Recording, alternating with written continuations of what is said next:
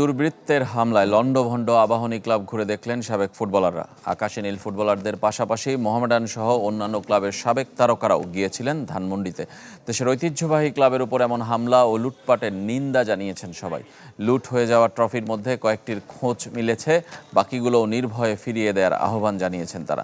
পাশাপাশি শেখ জামাল ধানমন্ডি ক্লাব এবং ফর্টিজ এফসিতেও হামলার নিন্দা এবং বিচার দাবি করেছেন ফুটবলাররা। আজকে আমাদের পাশে আবাহনী মোহামেডানের সকল বড় ভাইরা এসেছে। ডিউ টু আবাহনী ক্লাবে যে হামলা হয়েছে, আবাহনী ক্লাবের যে ঐতিহ্য, যে ট্রফিগুলো দেশি এবং আন্তর্জাতিক, এই ট্রফিগুলো তো আমরা ফিরে পাবো না যদি আমাদেরকে আবার না ফিরিয়ে দেওয়া হয়। আমি অলরেডি 5-7টা ট্রফি পেয়েছি। এটা আমি একসময় এসে ক্লাবের কাছে হ্যান্ড ওভার করবো আর কি। মসজিদ থেকে আমরা এলাকাবাসীরা বলছি যে তোমরা মাইকিং করে ট্রফিগুলো আমার অলরেডি রিটার্ন দেওয়ার ব্যবস্থা করা। আমরা আজকে এখানে আসছি আমাদের বিবেকের তাড়না। আমরা মনে করছি যে আমাদের সাবেক খেলোয়াড়দেরকে আসলে এর পাশে দাঁড়ানো উচিত। এটা একটা অরাজনৈতিক প্রতিষ্ঠান। শেখ জামাল ধানমন্ডি ক্লাবেও কিন্তু সেরকম একটা আক্রমণ হয়েছে, ইভেন ফর্টিস ক্লাবেও হয়েছে। তো আমরা খেলোয়াড় হিসেবে অ্যাকচুয়ালি এটার তীব্র নিন্দা জানাচ্ছি এবং আমরা আশা করব যাতে এই ধরনের ঘটনার পুনরাবৃত্তি ভবিষ্যতে না ঘটে।